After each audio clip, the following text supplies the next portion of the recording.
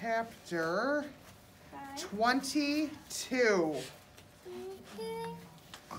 Chapter 22. It was dusk, and Edward was walking down a sidewalk. He was walking on his own, putting one foot in front of the other without any assistance from anybody. He was wearing a fine suit made of real silk. He walked down the sidewalk, and then he turned onto a path that led up to a house with lighted windows. I know this house, thought Edward. This is Abeline's house. I am on Egypt Street. Lucy came running out the front door of the house, barking and jumping and wagging her tail. Down, girl, said a deep, gruff voice. He's dreaming. I was just going to say, wait a second. Yes. Edward looked up, and there was Bull standing at the door. Hello, Malone, said Bull. Hello, good old rabbit pie. We've been waiting for you. Bull swung the door wide, and Edward walked inside. Abeline was there, and Nellie, and Lawrence, and Bryce. Susanna, called Nellie. Jangles, said Bryce. Edward, said Abeline. She held out her arms to him. But Edward stood still. He looked around the room. You searching for Sarah Ruth? Bryce asked. Edward nodded. You gotta go outside if you want to see Sarah Ruth. So they all went outside. Lucy and Bull and Nellie and Lawrence and Bryce and Abeline and Edward. Right there, said Bryce. He pointed up to the stars. Yep, said Lawrence.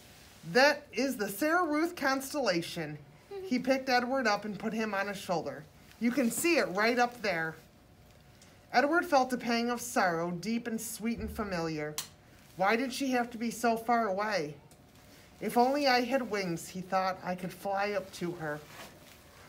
Out of the corner of his eye, the rabbit saw something flutter. Edward looked over his shoulder, and there they were, the most magnificent wings he had ever seen, orange and red and blue and yellow.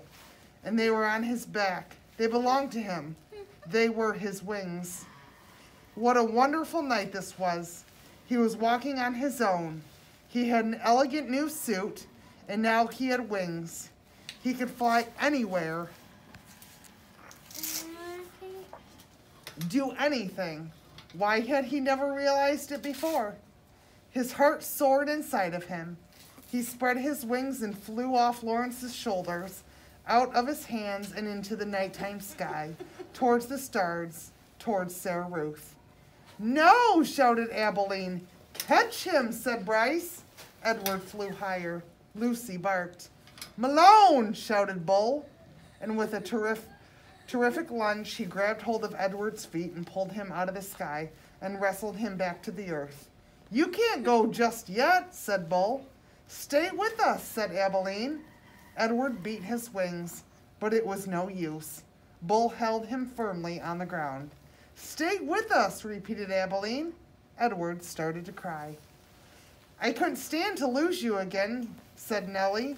Neither could I, said Abeline. It would just break my heart. Lucy bent her face to Edward's. She licked his tears away.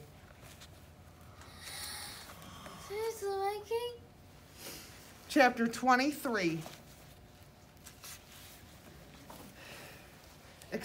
Exceedingly well made, said the man who was running a warm cloth over Edward's face. A work of art, I would say. A surpassingly, unbelievably dirty work of art, but art nonetheless. And dirt can be dealt with, just as your broken head has been dealt with. Edward looked into the eyes of the man. Ah, there you are, the man said. I can see that you are listening now. Your head was broken. I fixed it. I brought you back from the world of the dead. My heart, thought Edward, my heart is broken. No need to thank me, the man said. It's my job, quite literally. Allow me to introduce myself. I am Lucius Clark, doll mender. Your head, may I tell you, will it upset you? Well, I always say the truth must be met head on, no pun intended.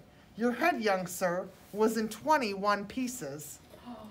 21 pieces, Edward repeated mindlessly. Lucius Clark nodded. 21, he said.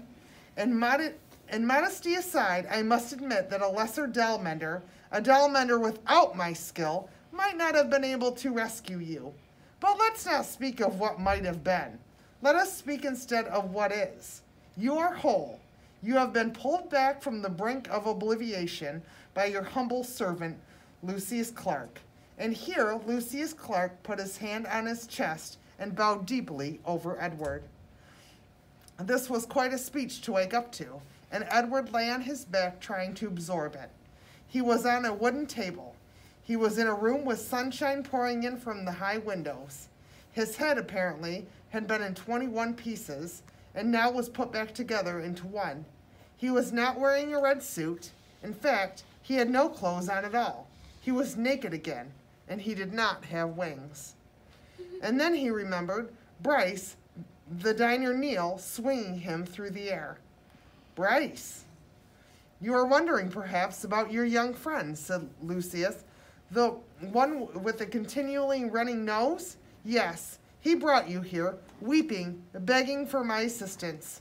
Put him together again, he said. Put him back together. I told him, I said, young sir, I am a businessman. I can put your rabbit back together again for a price. The question is, can you pay this price? He could not. Of course he could not. He said that he could not. I told him that he had two options. Only two. The first option being that he seek assistance elsewhere. Option 2 was that I would fix you to the very best of my considerable abilities, and then you would become mine, and no longer but mine. Here Lucius fell silent. He nodded, agreeing with himself. Two options only, he said, and your friend chose option 2. He gave you up so that you could be healed. Extraordinarily, really. Bryce, thought Edward. Do you want to take over? Lucius Clark dropped his hands together. But no worries, my friend, no worries. I fully intend to keep up my end of the bargain.